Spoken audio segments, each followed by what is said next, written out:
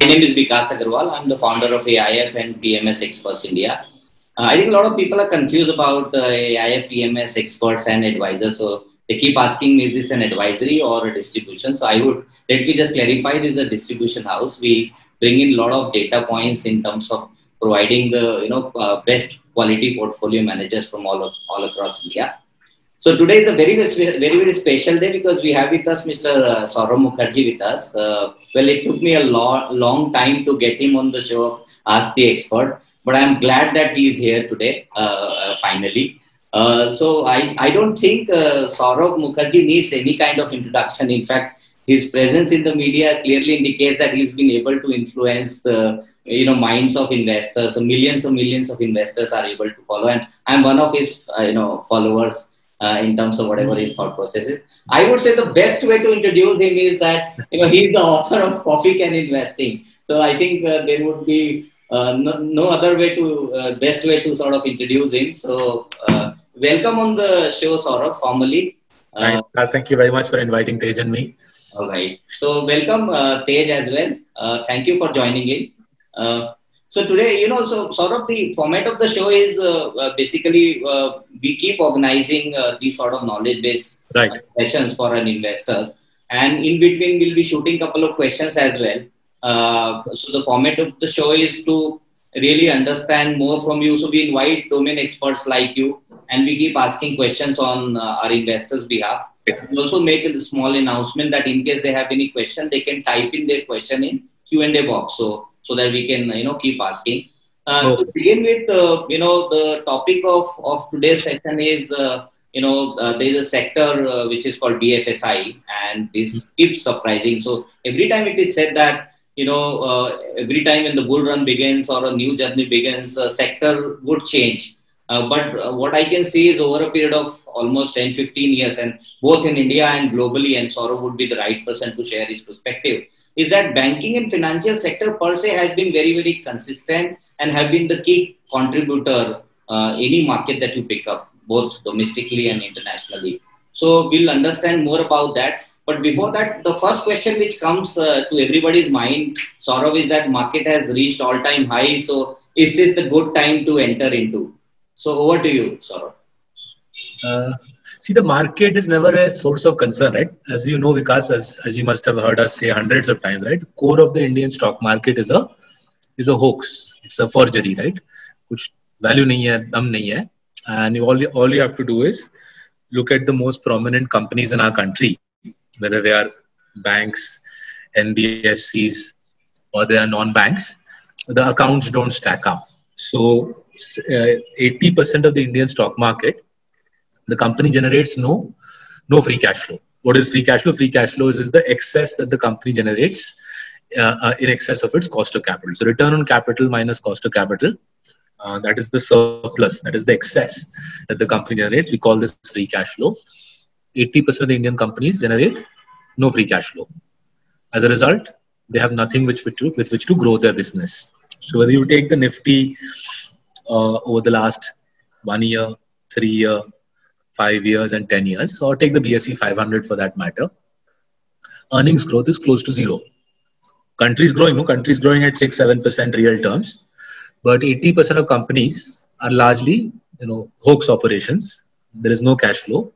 The annual report is sort of dressed up and put there, and therefore one should never lose too much sleep about the stock market. And the Indian stock market effectively is controlled by 30 companies. 30 companies account for 90-95% of the profits in the Indian stock market, right? And these are basically monopolistic companies. We'll discuss the monopolies in financial services today. But in that book you held up, thank you very much for holding it up, very kind of you. The book you held up, which forms the core of Marcellus's CCP approach, what we've explained there is what your other attendees on this webinar are trying to do is look for companies. There are a few new attendees as well, yeah. Right. So what I and the various attendees on this call are trying to do, they're not bothered. None of us, hopefully, on this call is bothered. I hope nobody on this webinar has joined in saying Nifty kahan jayega, Sensex mein kaise nivesh karu, right? That sort of nonsense is not really the purpose of this discourse. The discourse has threefold purpose. One is, how do we identify which promoter is stealing money in our country? Right? Because that's the core of the stock market. As 80% promoters are doing naughty things with their own money or their banks' money or shareholders' money. And our job is to figure out how to identify them. Tej specializes in forensic analysis of banks, NBFCs, asset managers, life insurers. We have other colleagues in Marcellus who specialize in forensic analysis of FMCG companies, auto companies, and so on. So first job of any fund manager, of everybody on this webinar, should be, how do we identify who are the people stealing money in our country? Because those companies we don't want to invest with. If we invest with them, our money will end up in Dubai, in Swiss banks, and so on, right? Second job is, amongst the handful of companies that are clean, if you ask us, we would say out of the BSE 500, you barely have 50 clean companies. Out of those 50 clean companies, 70 clean companies, BSE 500, you have around 70 clean companies. How do we know amongst them which companies are selling products, services that everybody on the Zoom call will say, I can't live without this product or service, right? So we're talking about, say, in the context of financial services, there'll be motor insurance, it'll be pensions, it'll be SME working capital finance. In the context of non-financial services, the sorts of stocks which are in that book would be baby milk powder, Nestle, paints, Asian Paints, adhesives, Pidilite, right? These are the stocks in that book you kindly held up. So first job, identify the chores, get them out. Second job, identify companies selling products and services which are essential for every single one of the citizens in our country. And the third job of every investor is to identify companies who are monopolists, right? Because if you don't invest in a monopolist, Vikas, if you don't invest with a monopolist, poor fellow will not make any money, right? At Peter Thiel, the 021 guy, the man who created PayPal, who's created Palantir, who's Elon Musk's guru, as Peter Thiel says in 021, there's a lovely book and a webinar around it, 99.9% of companies are failures the world over, not just India, US maybe, because they fail to beat competition, right? The local panwala, the local restaurant, the local kirana store, 99% of listed entities, they're not able to beat competition. If you can't beat competition, if I can't beat competition, we're not going to generate a return on capital above cost of capital. And the only way a company can beat the cost of capital, the only way the company can generate a surplus is to build a monopoly, to do something that the competition cannot. And our job in Marcellus is to look for companies who are clean, who sell essential products and services, and who are dominant monopolies. So the fund that Tej runs, Kings of Capital, does this in the context of financial services.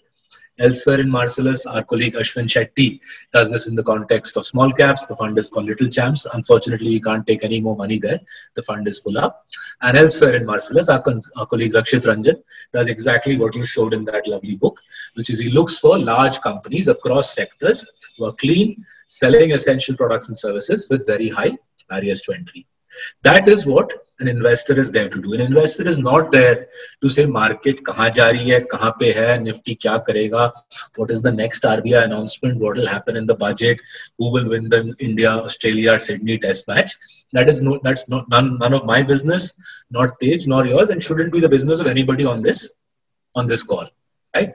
That is the job of people who are having chai, doing satta downstairs. You and I are not interested in that racket. We are interested in this troika of priorities. So the book that you showed us and our core funds do this across sectors. We figured out around a couple of years ago that financial services is very interesting. Why is financial services so interesting? It's the only sector in India which hasn't yet been monopolized.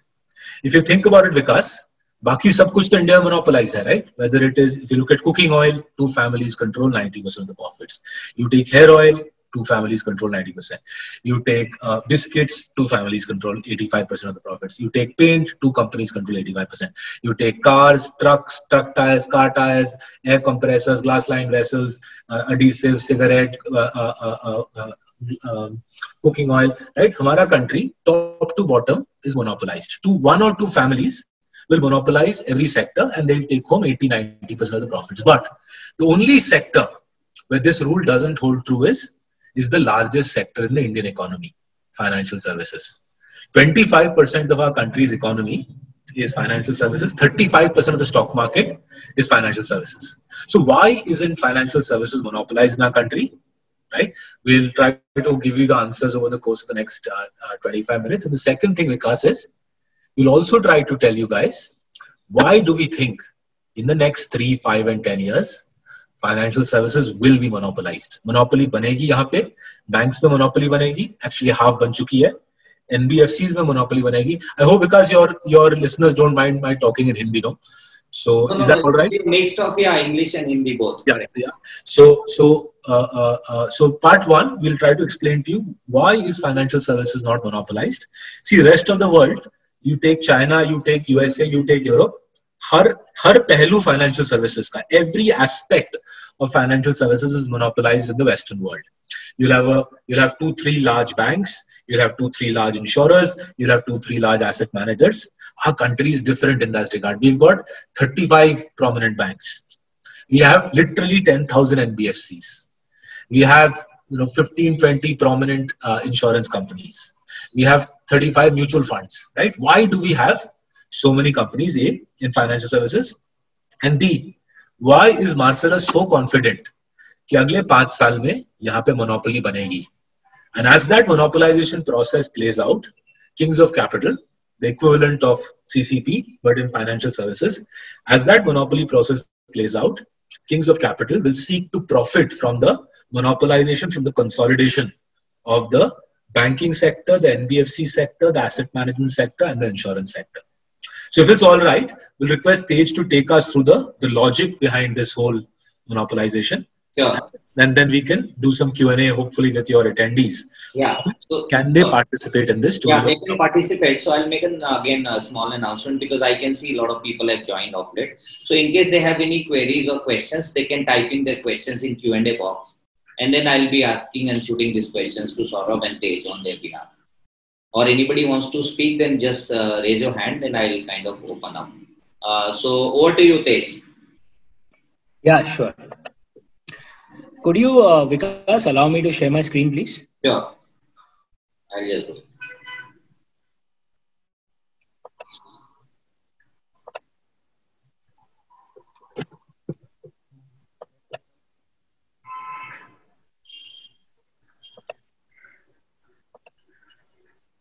Yeah. Yeah.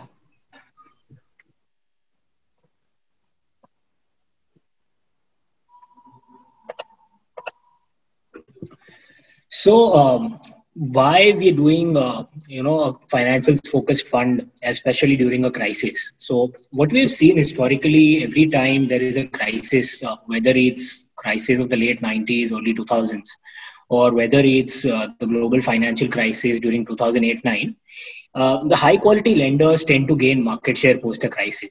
So what happens during a crisis is what we saw over the past 6 months, 9 months. So if you look at the table at the bottom left of the screen, we've taken 2 examples. HDFC Limited during the crisis of the late 90s. This was a crisis where about 70% of NBFCs got destroyed during those 2-3 years. And what we saw was, even for HDFC Limited, which was among the most well-run NBFCs, most well-run housing finance company of that time, we saw that NPAs doubled even for HDFC Limited. So FY 97, if you can see, 0.5% NPAs going up to 1% in 99, 2000. So NPAs doubled. Along with that, the P ratio also halved. P ratio halved from about 20 times to 8-9 times. So there is a double impact on the stock price even for the most well-run lenders during a financial crisis, because your NPAs increase, your P ratio halves.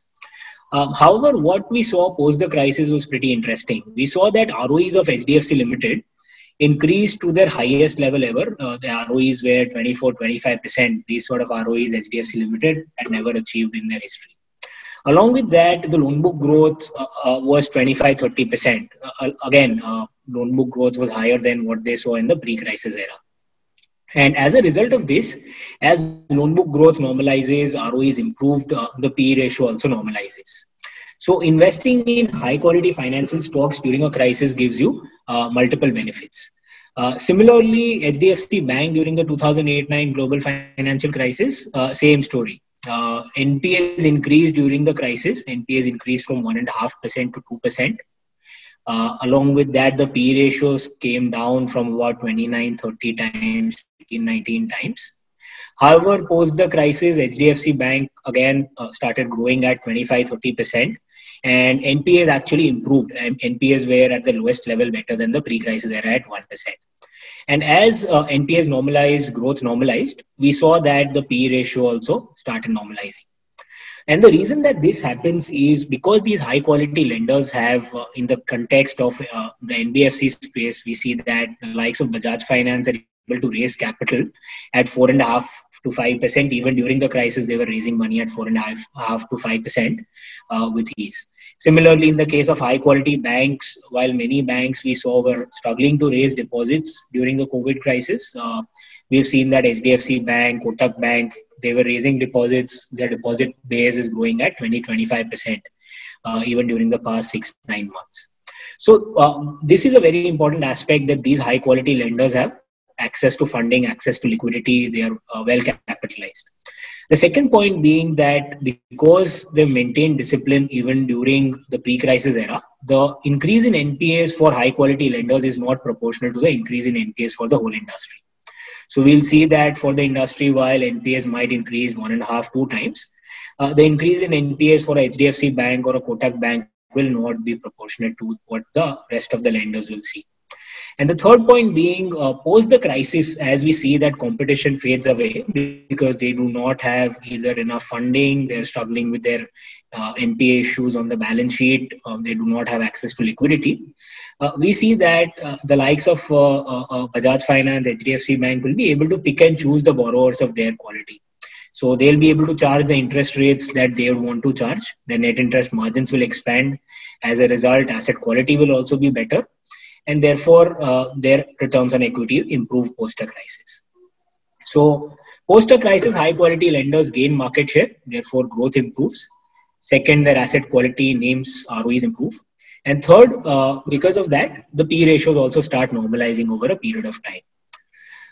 And that is why we launched Kings of Capital, because we believe that during COVID, as we see other lenders will struggle with liquidity, asset quality issues, etc., the likes of HDFC Bank, Kotak, Bajaj Finance will gain market share. So our investment process for Kings of Capital is pretty similar to what we follow in CCP and Little Champs. We start off with a universe of 95 stocks because this is a financial services focused fund. These 95 stocks will be from the universe of banks, NBFCs, insurers, brokers, and asset managers. On these 95 stocks, we run our forensic filter. So we try and weed out companies with poor quality accounting, poor standards of governance, and a third of our universe gets eliminated at the first stage itself. So we are left with 65 companies. We run our capital allocation filter on these 65 companies. So we try and figure out which of these 65 companies have consistently generated return on equity well above cost of equity. Again, about 35 to 40 companies get eliminated at this stage. So we're finally left with 24 companies which have high accounting quality, which have sustainably generated return on equity well above cost of equity. And then comes the final part where the research team spends most of its time, and we try and assess whether these companies have high barriers to entry, sustainable competitive advantages or not. And the way we try and do that is we speak to management teams. We, of course, speak to the existing management team, and we speak to members who've been previously on the board of these companies. But we do a lot of channel checks as well. So, for example, in the case of banks and NBFCs, we'll speak to branch managers, credit officers, collection agents, DSAs, etc. In the case of insurance companies, we'll speak to actuaries, we go and speak to brokers, insurance agents, etc. And that is how we've created a portfolio of 12 stocks to start off with. It's a 12 stock portfolio in Kings of Capital. It will be a 10 to 14 stock portfolio of financial companies. The way that... just one question sure. to clarify. So these 10 to 14 companies that you're talking about is irrespective of the market caps, right? That's right. That's right. So the smallest stock will have a market cap of about $500 million. Around a 3,000 to 4,000 crore market cap, while the largest stock, something like a HDFC Bank, will have a $100 billion market cap. The median market cap is about 60,000 crores for this portfolio. And one more thing, you mentioned 95 financial stocks. So is this the total number that you're talking about, or 95 is as per your filtering list amongst these 4 sectors that you are mentioning, and then you are filtering it down further? Yeah, so we've taken all stocks above 1,000 crore market cap, which are in financial services. Understood. Please go ahead. Yeah. So to highlight our forensic accounting model, because this is pretty important in financial services, to eliminate companies which are poor quality accounting is a very important aspect in stock selection across all portfolios, but it is even more important in financial services. So we've developed about 11 accounting ratios specifically for financial stocks. And we apply these 11 ratios as the first filter to eliminate companies from our universe. So for example, we have one of the ratios as fee income as a percentage of net interest income. So for example, this ratio in the case of Yes Bank was twice as high as Kotak Bank or most other banks in our country. So most banks have this ratio between 25 to 30%. However, for Yes Bank, it was twice as high as that number. Similarly, contingent liability as a percentage of net worth is another ratio that we use. That ratio again for Yes Bank was at around 23 times versus 4 times for Kotak. And using 11 such ratios, we categorize or rank all of these financial companies from a D1 to D10. So D10 being the worst score, D10 stands for the 10th decile, and D1 being the best score. And what we found out was, we also correlated our ranking from D1 to D10 with share price returns. So what we tried to find out was whether is it the case that the companies which have really high quality accounting, do they really outperform on a share price return, stock return basis or not? So what we found out was that over the past 4-5 years, companies in the zone of quality, that is companies in D1, D2, D3, they delivered a 10% CAGR. And this is without any manual intervention, without any stock selection, simply by picking companies which have high quality accounting, which are in the zone of quality. We saw that there is a huge difference between companies in the zone of quality and zone of thuggery, while companies in the zone of thuggery delivered minus 25% CAGR. So there is a massive 35% difference, and this is on a CAGR basis, between companies which have high quality accounting, which are in the zone of quality, and companies which are in the zone of thuggery, which is companies in the D8 to D10 deciles. So this is our first step, that is eliminate companies which have poor quality accounting. Now, the way the portfolio is constructed is that we'll have about 60-65% of our portfolio in lending companies, that is banks and NBFCs. About 30 to 35% of our portfolio will be invested in non-lenders. The non-lenders being life insurance, general insurance, broking, asset management, wealth management, etc. And what that does is the lenders are a leverage play. So they are leveraged anywhere between 5 times to 10 times in most cases. And therefore, they also have a growth rate which is between, say, 20 to 30%. But they are a bit more volatile. While the non-lenders, the likes of asset management and broking businesses, have no leverage. They generate 50 to 60% ROE without leverage. Life and general insurance have a lower leverage. Their leverage may be 2 or 3 times. And therefore, these businesses, the non-lending part of the portfolio, while gunning out between 15 to 18% returns, they have a much lower volatility. They provide a lot of stability to the portfolio. So even if we were to take the example of the COVID crisis, we've seen that the awareness for life insurance, health insurance products increased. Therefore, life insurance, health insurance was growing at 20% plus throughout the past 6-9 months. So while lenders were having challenges on NPA, collection, etc., the non-lending part of the portfolio is pretty much insulated from what was happening in the larger economy. So for example, brokerages were also growing at 70-80% YOY during the past 6-9 months. General insurance, 50% of their business comes from motor insurance. So obviously during the lockdown, they did not see motor insurance claims coming through. They reported their highest ever ROE, highest ever profitability margins during the past 6-9 months. And therefore, this is a part of the portfolio which will keep on generating 15 to 20% return with lower volatility, while the lending part of the portfolio will generate a higher growth, higher earnings growth, and therefore higher stock price growth with a bit of a higher volatility. And what we did was we did a back test on our portfolio. So assuming that someone would have invested in this portfolio on 1st April 2018, because we have seen multiple challenges in the financial sector over the past 2.5 years, we thought that this is a good time to test our portfolio over the past 2.5 years, because it's seen IL&FS crisis, it's seen COVID, it's seen Yes Bank fail, it's seen DHFL failed during this 2.5 years. And we saw that portfolio since 1st April 2018 generated 19% CAGR returns, with the lenders delivering 21%, the non-lenders delivering 15%, and therefore on a blended basis, the portfolio delivering 19%. Versus the Bank Nifty delivering 10% and the Nifty delivering 8%. So, and this is with a volatility which is actually lower than the Nifty for the portfolio, despite it being a portfolio focused on financial services. The volatility throughout this period has been lower than the Nifty volatility. And the reason behind this is the table on the bottom left of the screen. Because of our focus on consistent earnings growth, consistent return on equity generation, even during the past 5 years, throughout these challenges that the financial sector has seen, the portfolio has grown earnings at 19%, with return on equity also at 19%. And when we compare this to the Nifty or the Bank Nifty, the numbers for these two indices have been pretty dismal. 7% earnings growth for the Bank Nifty, just 1% for the Nifty, and return on equity numbers also, which are much lower. So we believe that if during a period of 5 years, when we saw GST, demonetization, COVID, Yes Bank, IL&FS, the portfolio can run out 19-20% earnings growth. During the next 3 to 5 years, when we'll see consolidation and financialization of savings, the 19 to 20% sort of growth is quite possible, and that is where we'll get most of our share price returns also. We believe that share price returns will mimic the earnings growth number. One example of a stock we own, and the reason that we own that stock. So Bajaj Finance is a case study that I'll go through quickly.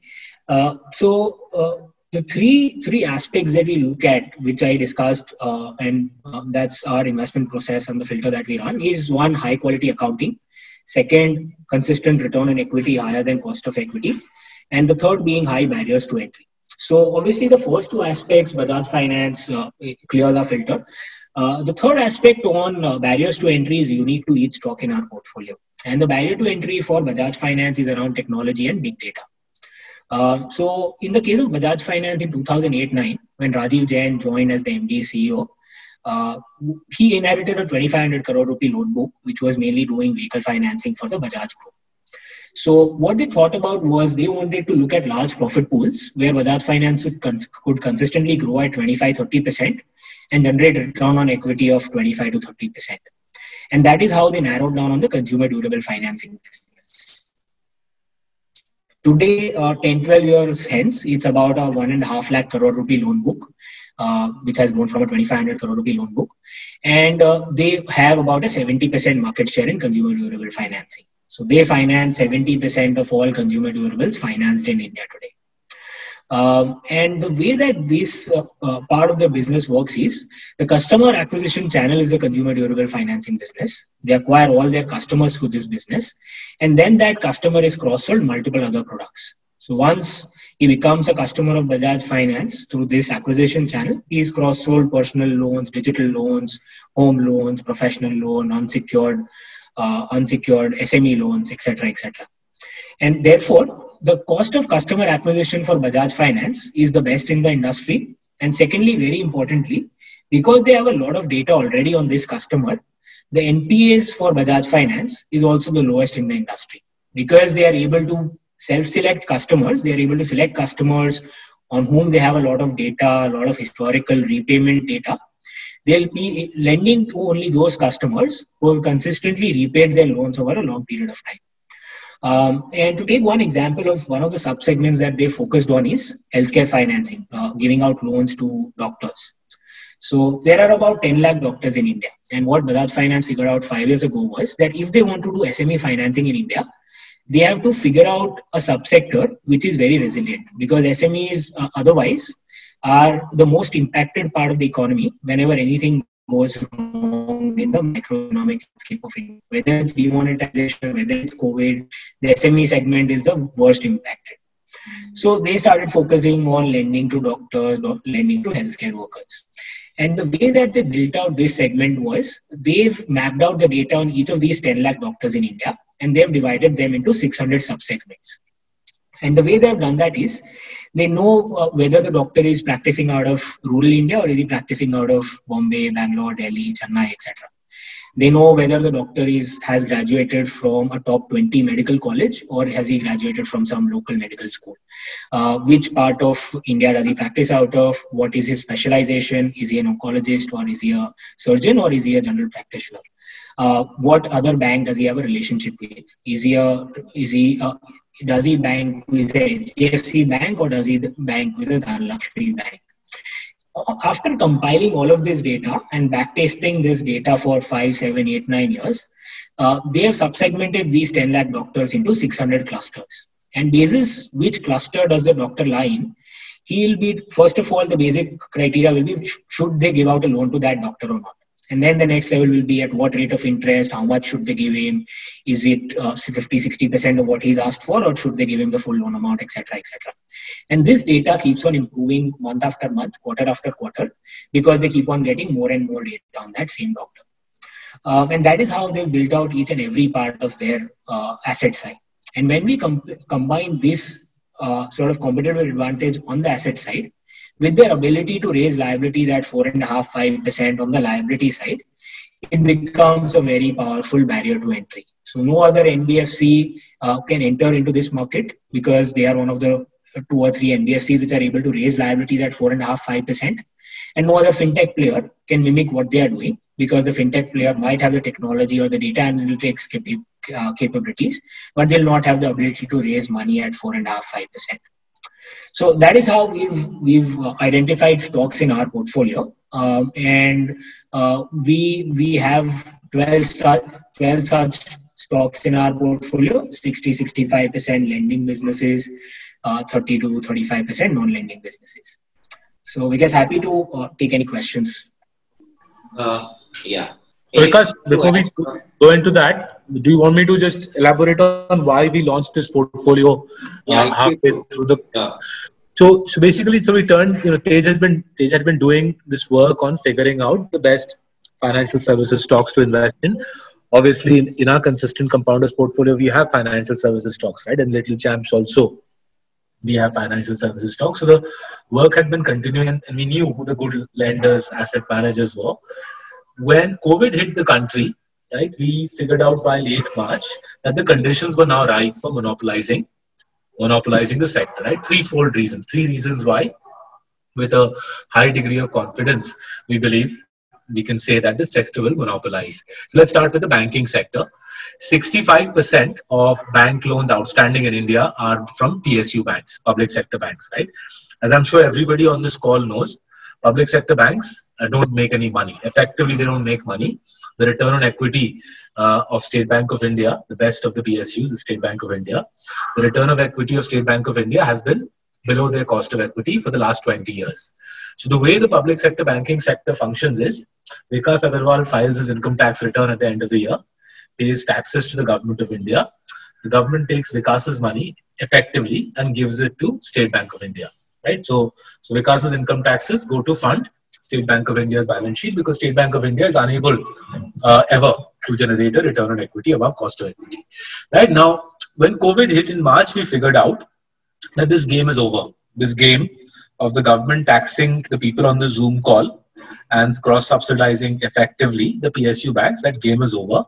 The government will need, just to keep the PSU banks' market share at 65%, the government will need to take out of our pockets the best part of $25 billion, which is 1% of GDP. Nahi hone wala. The government doesn't have the money.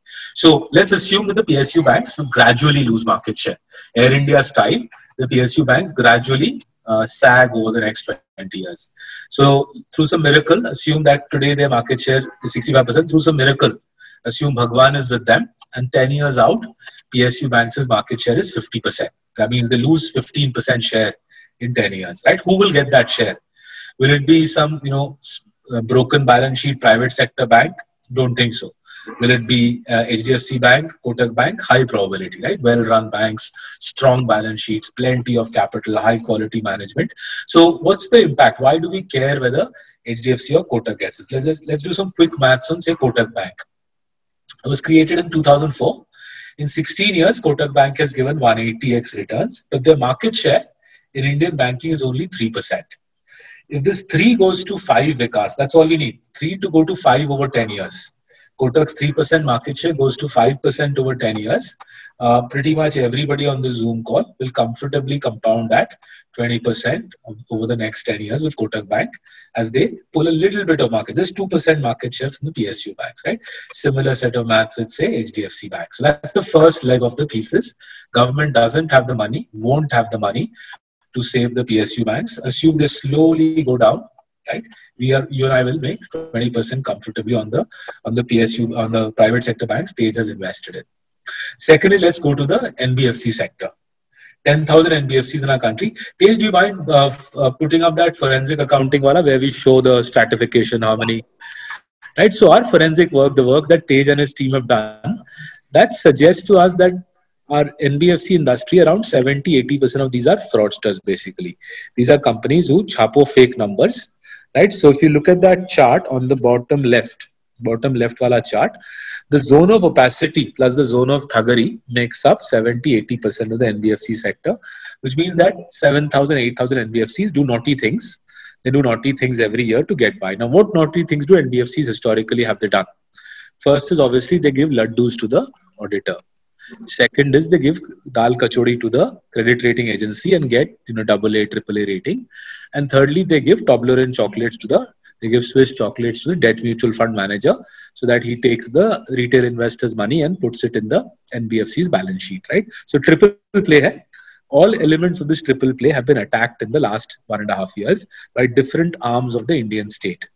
So a year ago, the Ministry of Corporate Affairs set up an audit watchdog. So for the first time, the chartered accountancy sector, the audit sector, is now governed, regulated by the Ministry of Corporate Affairs ka watchdog. Barakhamba Road, Delhi mein baithta hai. And if you're a CA or an auditor on this call, I'm sure you would have already received communication from the audit watchdog. They are asking for various types of information. So for the first time, auditors have a degree of fear running through their blood. I mean, I'm sure you would have read in the newspapers fairly blunt warnings from the government to the audit community. Second is last year, barring one relatively clean credit rating agency, the rest of the credit rating agencies' CEOs were told to go home and not come back to work. Right? They were told, "Maaf karo aur nahi chahiye aapka services." The credit rating agencies, therefore, for the first time, have some check and balance to their wretched system of doling out AAAs and AAs. And thirdly, last year, SEBI changed the rules for debt mutual funds. So till a year ago, debt mutual funds could put 50% of their corpus in NBFC's paper, NBFC's issued bonds, basically. Last year, SEBI said ceiling of 25%. 25% is zyada you cannot put in the NBFC's paper. First time, cap mar diya. Just full disclosure, I sit on the relevant SEBI committee which made this change. The totality of this means that these 80% of NBFCs who are naughty NBFCs, Gunda NBFCs, they have lost access to funding. The result of that is that the clean, well-run NBFCs are getting all the money. The result of that is that Bajaj Finance, for the first time in my career, is not only getting money at 4.5%, wo to mil hi raha hai. For the first time in my career, I'm seeing the gap, the funding cost gap between Bajaj Finance and its rivals has opened up to 2.5%. Right? Unbelievable. Right? Even their well-run rivals, Bajaj Finance ka strongest rivals, are borrowing money 2.5% more expensive than Bajaj Finance. Right? For the first time in my life, when I'm visiting electrical stores in Maharashtra, they are saying, barring Bajaj Finance, कोई और market में है ही नहीं washing machine, fridge का financing करने. So second consolidation dynamic, second monopolization dynamic that Tej's portfolio will make money from is the monopolization of the NBFC sector, which has 10,000 players, of which 100 are sizable. Most of these guys will get blasted away in the next 3, 4, 5 years, and you'll monopolize the NBFC sector in the hands of a handful of lenders, and Marcellus has tried to cherry pick those handful of lenders and make money from this dynamic. Third dimension of monopolization that is upon us is this discourse. The discourse that all of us on this Zoom call are having. What are we doing here? You folks have worked hard for your money. You're trying to figure out how to deploy it in financial assets rather than buying a flat or a bar of gold, right? Now, this is a massive dynamic which the RBI has articulated in some detail.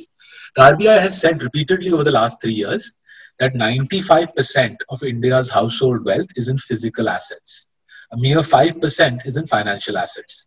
The RBI has further said that this sort of skew is without precedent with anywhere else in the world. No other large economy has itna skewed, itna physical assets, right? And furthermore, the RBI said this skew is not sustainable. Financial assets ka ratio 5 se badhega, right? Now, how much will 5 go up? Will it go to 40? Will it go to 20? Right? If you look at other countries at our stage of development, financial assets typically are 15 to 20%, right? If you look at India, we're pathetic. I mean, our total household assets are 10 trillion, of which 5% is financial. That means our total financial assets in the entire country, 70 years after independence, is a mere $500 billion. Jeff Bezos alone has more than $500 billion of financial assets, right? So with every exigency, whether it is demon or COVID, families like your, my, our social circle, your social circle is realizing that flat खरीद के कुछ नहीं मिलने वाला. ना तो capital appreciation होता है, ना तो cash flow मिलता है, ना ही yield मिलता है, और ना ही liquidity मिलता है. So as gradually high net worth families move into financial assets, this ratio should move up gradually. So assume it goes up 1% a year. So 5% say next year 6, year after that 7, year after that 8, and 10 years out we're at 15%, which means 1.5 to $2 trillion in financial assets. Who will benefit from this? How can you and I make money from this? The first obvious layer of financialization that we are seeing as 1% of 10 trillion, which is 100 billion, as every year 1% of 10 trillion, $100 billion hits the financial system. The first obvious layer we are seeing is uptake of life insurance, and soon I think we'll see pensions. It's a very visceral thing. What if I die? If I am not there, what will my family do? Right? So what Tej has done is he's bought the best insurer in the country, cleanest numbers, strongest barriers to entry, most sensible capital allocation, and we will invest it nicely in the best life insurer in the country. The second fear, what happens if I fall ill? What happens if my car gets smashed on the road? So health insurance and motor insurance, natural need, COVID ke baad to even more so, right? So we bought the best general insurer in the country, strongest barriers to entry, best analytics, best return ratios, clean, well-run general insurer we have in our portfolio. Third layer, what we are doing here, asset management. Unfortunately or fortunately, Marcellus is not listed. So we bought the strongest listed asset manager in the portfolio. And the final layer of what we are doing, wealth management and broking. We have bought the strongest listed wealth manager and broker. It's a subsidiary of a bank. I hope none of you are going to go and sort of use a broker who's not a subsidiary of a bank, given everything that's happened with Karvy. Hopefully better sense will prevail on this call, and everybody on this call will use brokers who are well regulated, RBI subsidiaries, RBI regulated entities ke subsidiaries with strong technology platforms. So we bought one of those. So as Tej explained, 60% of the kings of capital is lending plays, banks and NBFCs. We're playing the strongest banks, the strongest NBFCs, lenders like Bajaj. Then we are playing the best insurers, both life and non-life. We're playing the best asset manager and the best broker. And in effect, over the next 5 to 10 years, as our financial services sector, the largest sector of the Indian economy, as that monopolizes into the hands of, say, a dozen odd companies, we're trying to make money from those dozen odd clean, well-run shops. Yep, so stop yapping there. We'll hand it over back to you for moderating the Q&A. You ask us, and Tej and I will divide the questions. There are a couple of questions for Tej. So the first question comes from Mr. Anil. He's asking that, don't you think price to book is more relevant valuation metrics than price to earning in case of financials? Yeah. So I'll take the question on valuation as a whole. So what we believe is that 90-95% of stock price returns are driven by earnings growth.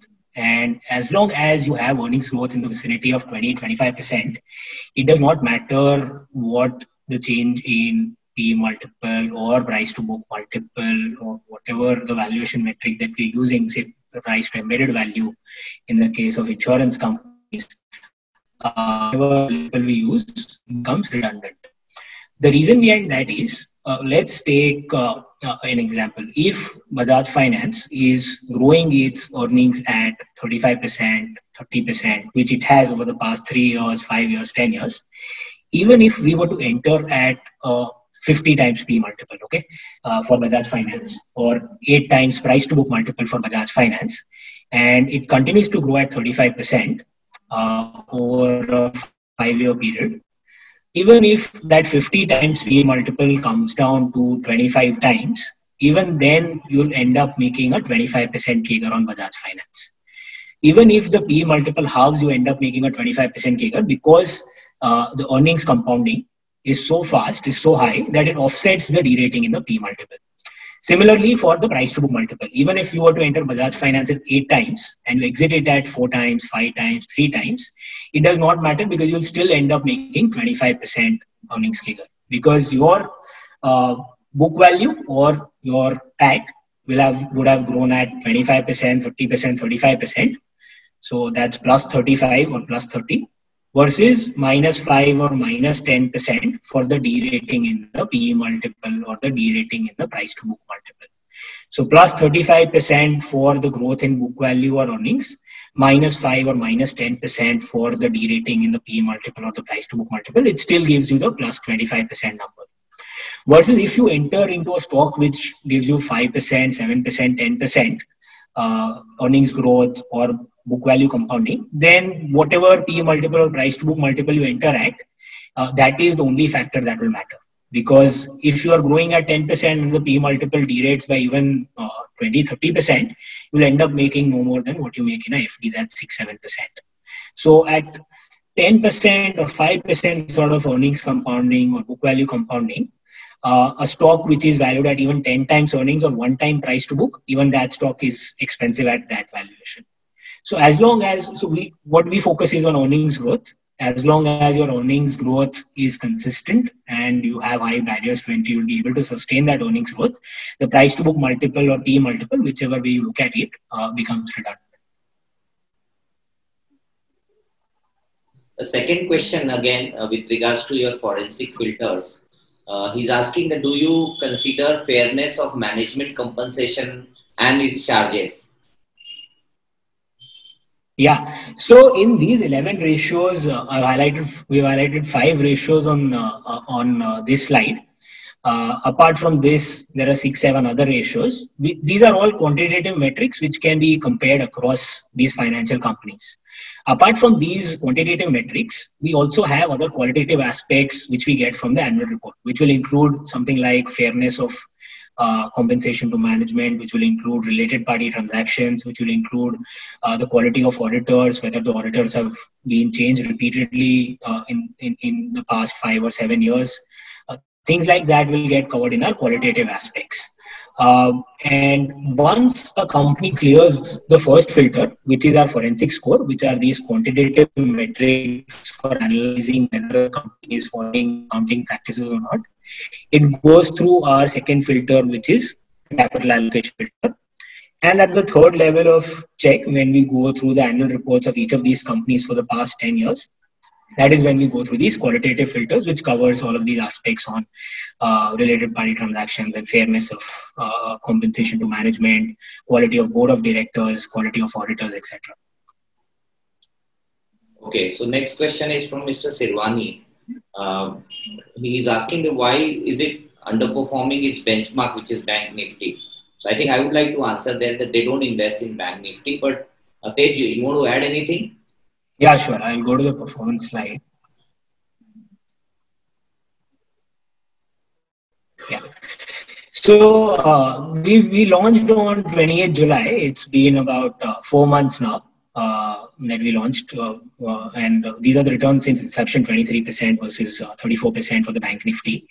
And one is an optical effect because we need to report numbers on a TWRR basis. So 27% is the return for the first investor that we've generated instead of the 23%.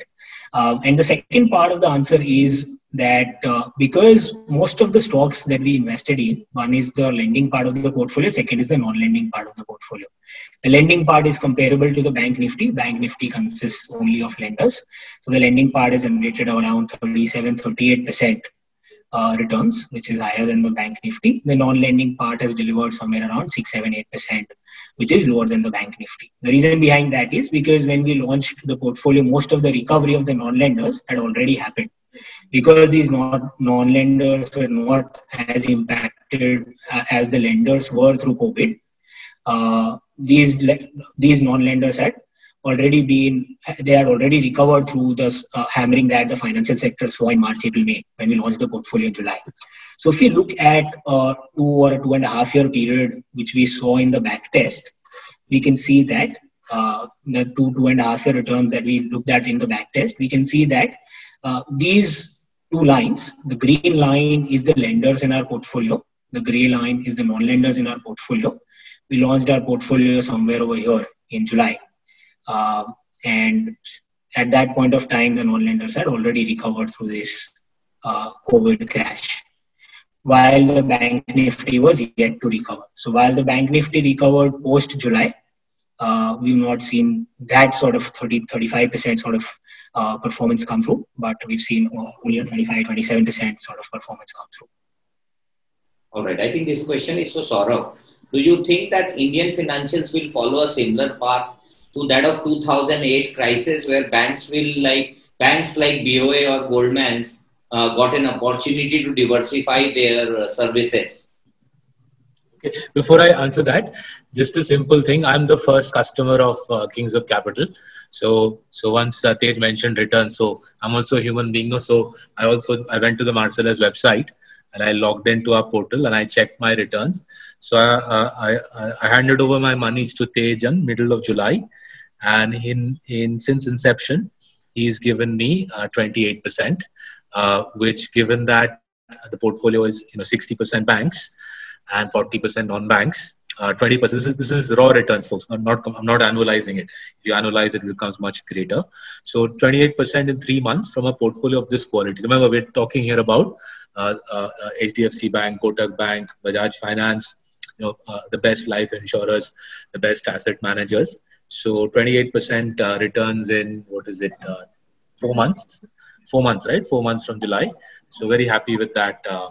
Very happy with that. I have a disconnect here. So see, do you think it is fair to compare your banking and financials with Bank Nifty per se? Because Bank Nifty it isn't fair. We did it because it's the natural benchmark. So you're right. I mean, at one level, we shouldn't. We should create our own index saying 60% weight Bank Nifty ko dete hain and 40% to something else. But, we are happy to, over a multiple year period, we'll outgun Bank Nifty. I can confidently tell you, we'll outgun Bank Nifty, because remember, what drives compounding over a long run? What drives compounding for banks is, can you grow your book value per share, right? The Bank Nifty consists of a whole host of low quality banks. So over a 2-3 year period, we'll uncomfortably outgun. But on the practical nature of making money, the main thing to focus on for everybody on this call, don't get carried away on Konsa index. The regulator asks us to have an index. By the way, the regulator requires, it's compulsory for a PMS manager to have an index. So we said Nifty Banks is the obvious index to have.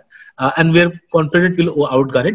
But forget that. Your job, my job, we're not going to feed our kids by telling them, ye index ko outperform kiya. For me to send my kids to college, I have to just have performance. Haath mein paisa hona chahiye. Benchmark ko beat karne se mera bachcha zyada college nahi jayega.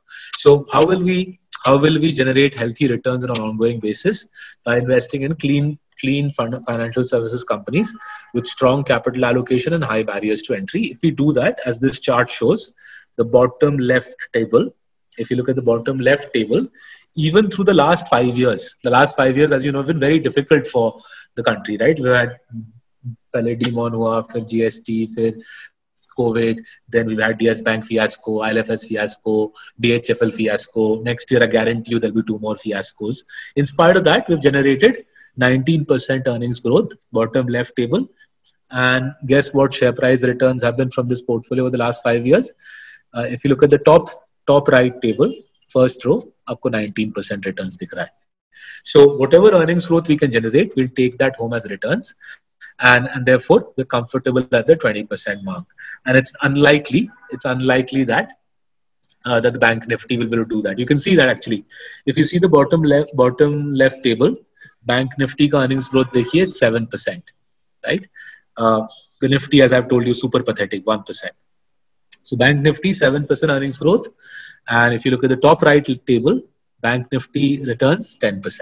So we will outgun bank Nifty by a factor of 2. Just give it a little bit of time. But in the time, if you don't have time and you're a impatient person, then like me, you can enjoy the sorts of returns I'm enjoying. You're asking some question that 2008 के बाद क्या हुआ? BOA expand किया, somebody else expanded. Who are these people? I don't understand. BOA कौन है?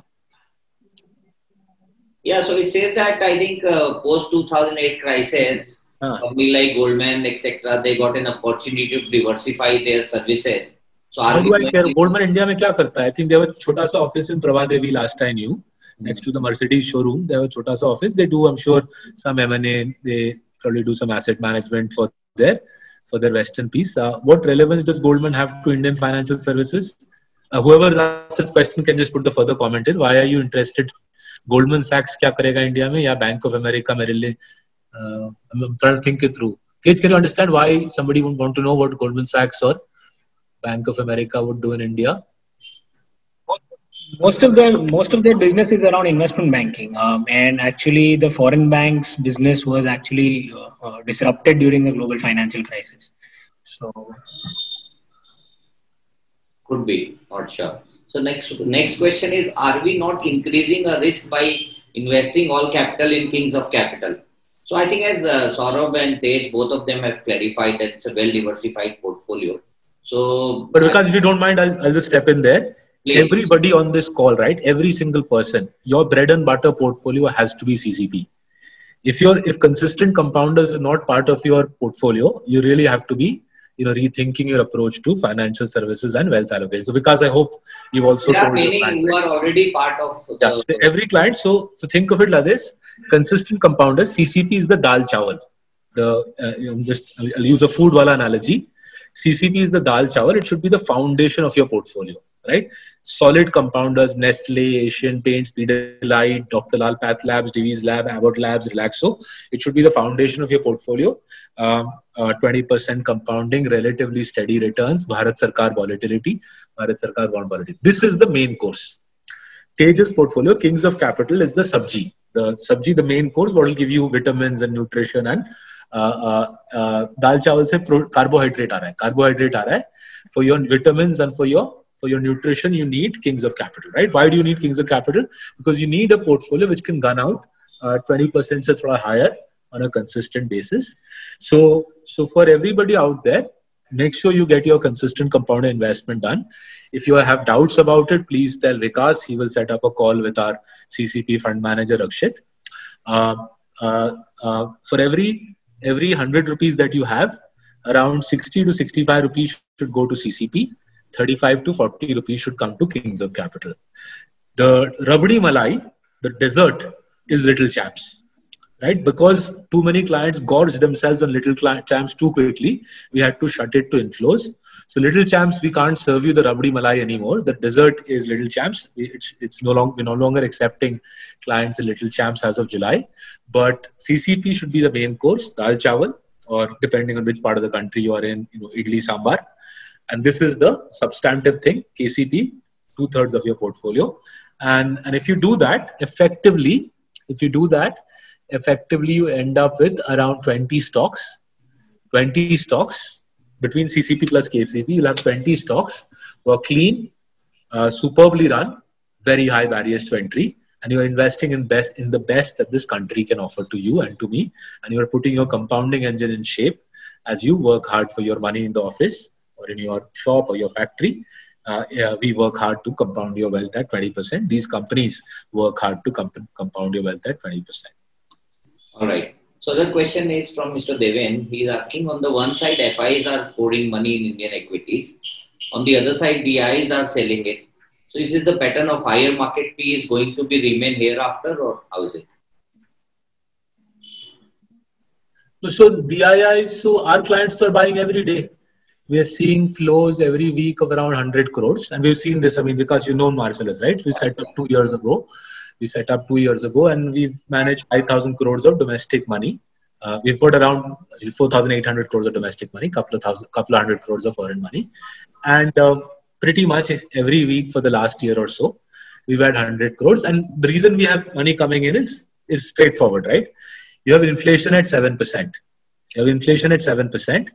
For every single person on this Zoom call, if you carry on doing your fixed deposits, debt mutual fund, insurance policies, real estate, etc., after tax, you'll take home 5% return. That too will be with the grace of the big man in the sky. The big man in the sky is kind. After tax on your FDs and gold and real estate and debt mutual funds, सब मिला जुला के after tax you'll take home 5%. Because ठीक बोल रहा हूँ ना? Correct. On your non-equity portfolio, most of your clients will be taking home 5%. Yeah. Inflation is 7. That means guarantee say you're losing 2% a year. You lose 2% a year over 10 years, and 2% is a conservative estimate. You're probably going to lose more than that. If you lose 2% a year over 10 years, you've lost a third of your wealth. Right? Now, if I can figure that out in sort of 60 seconds, thoughtful clients like yours would have figured that out. And what you're seeing, therefore, over the last 12 months is a complete, rush on the part of thoughtful, wealthy people to say this is not tolerable, boss. 7%, 8% ka inflation chala. And this is not going to reduce, by the way. This inflation is not going to come down. As vaccine comes and economy picks up, inflation और भागेगा. If you're not invested in high quality equities, you're guaranteed to be destroying your wealth. I mean, you don't need me to say that. With inflation at 7-8%, your wealth is dying as we speak, unless 70-80% of your portfolio is in high quality equities, right? And this dynamic has become clear to people, which is why firms like ours, and we're not the only one. I've heard, and I'm sure you'll know, other PMSs, other good PMSs that you'll be representing are also seeing heavy inflows. And this will be the story of the country for the next 10 years. This is the KCP story, right? I said, no, 95% is physical, only 5% is financial. 5% का अगर 6% हुआ 1 year में, 7% हुआ 2 years, 1% of 10 trillion, $100 billion is going to slam into the financial system every year. Even if 1/5 of that only, even if 1/5 of that is equities, $20 billion from domestic investors will hit the stock market on a systematic basis, right? And that's got nothing to do with kiska PE multiple kya hai, economic growth kya hai. It's just survival on the part of the Indian H&W who realizes I've bought too many flats in Bombay, Bangalore, Delhi, Chennai. I've got too much gold and too much of this FD and insurance stuff. I need to be invested in CCP, KCP. And that dynamic is very powerful. In parallel, the Western CIO kya bol raha hai? Western CIO, and this is India's story for the last 50 years. You have a recession in America, right? You'll see this is like a pre-recorded. In year 1, you'll get recession in America. Within 6 months, the RBI would have cut the policy rate in India by 2.5%. 10-year bond yield down 2.5%, RBI policy rates down 2.5%. Recession in America, second sequence of events. Oil price corrects by 50 to 80%. The world's largest consumer of oil is America. Wahan pe recession, oil price down 50 to 80%. Within 6 months of recession in America, sasta tel and sasta paisa upon India. Within a year, economy booms. The only time Indian economy booms is when there's a recession in America. When there's a recession in America with 100% certainty, we have boom in our country for 2 to 3 years. Uske baad, we choke the boom out because of supply side issues. So we are following that sequence again, right? We followed it in 1982-83. We followed it in 92-93. We followed it in 2003-04. We followed it in 2009-10. And this is the 5th time in 40 years we're going through the same sequence of events. I think Tej might have a chart. So what Tej is showing you on this chart, the red chevrons are showing you. Tej, the chart right away. So the red chevrons are showing you the recessions in America, right? So the first boom in independent India, believe it or not, came in 1982. The recession in America was 79 to 81. The brown line or the orange line is the oil price sinking, and the 10-year bond yield sinking is the blue line.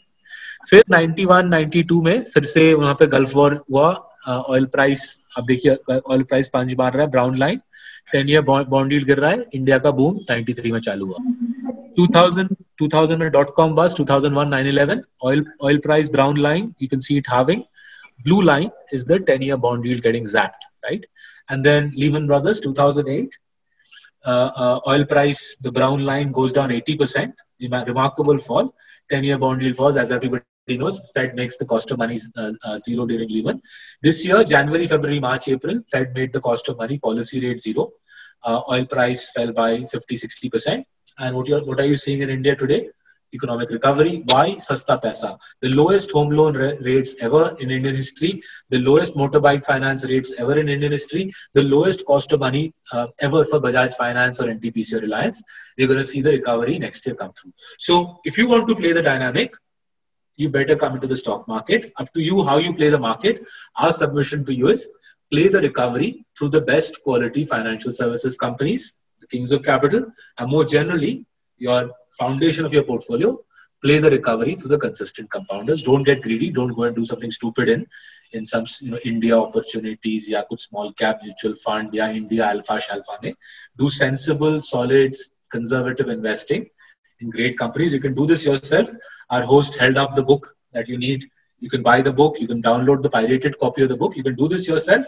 If you want to give us your money, we'll be happy to look after it for you. But don't, carry on doing this, nonsense of 5% returns in a country with 7-8% inflation.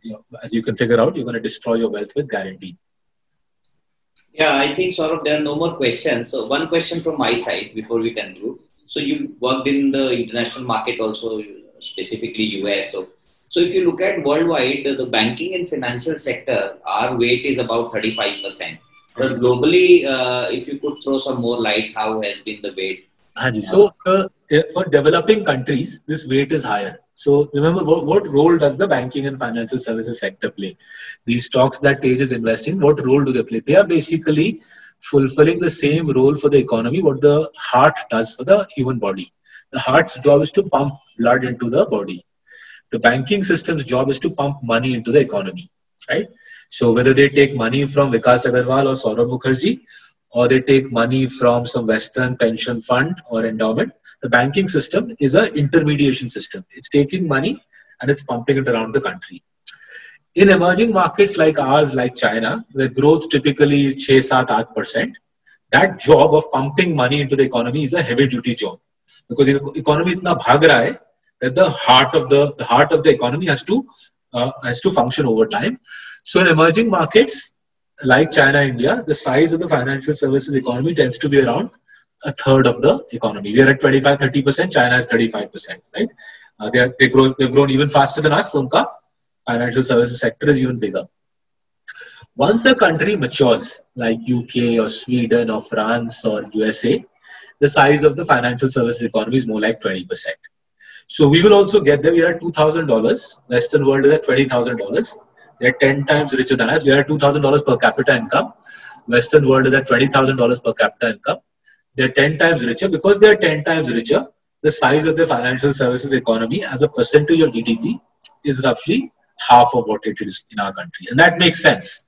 That makes sense. That is the whole reason why in a developing country, investing in well-run insurers, lenders is a good idea.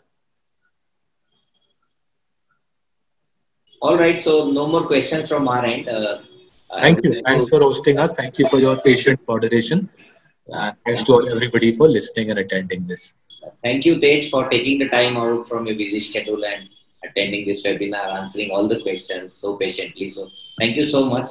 And by the way, since you mentioned Saurabh, I'm happy to say that I was the first one to put up your roadshows when you launched Marcellus Funds. Awesome. In Pune, if you remember. I remember very well. I remember what you were wearing that evening. I also remember. I'll tell you this. So it's one of my epic stories, right? Yeah. We all need to be brought back to earth. So you hosted me that evening in Pune.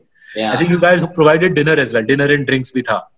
Kind of, yeah. Dinner and drinks with her, right? We had great fun, and most of these investors eventually ended up investing in. So I had held just like you held the book up, I had held the book up as well. Then after dinner, one gentleman comes to me with in his hand, and he shows me the book, and he says, "How come you know so much about this book?" So that's when I thought. Down 2-3 pegs by then. I thought that's what अभी Innova में चढ़ के घर जाते हैं, बहुत ज़्यादा हो गया पुणे में. But thank you for being a steadfast supporter of Marcellus. Thank you so much, Saurabh. Thank you, Tej, once again. Give my regards to Pramod as well. Yeah, thank you.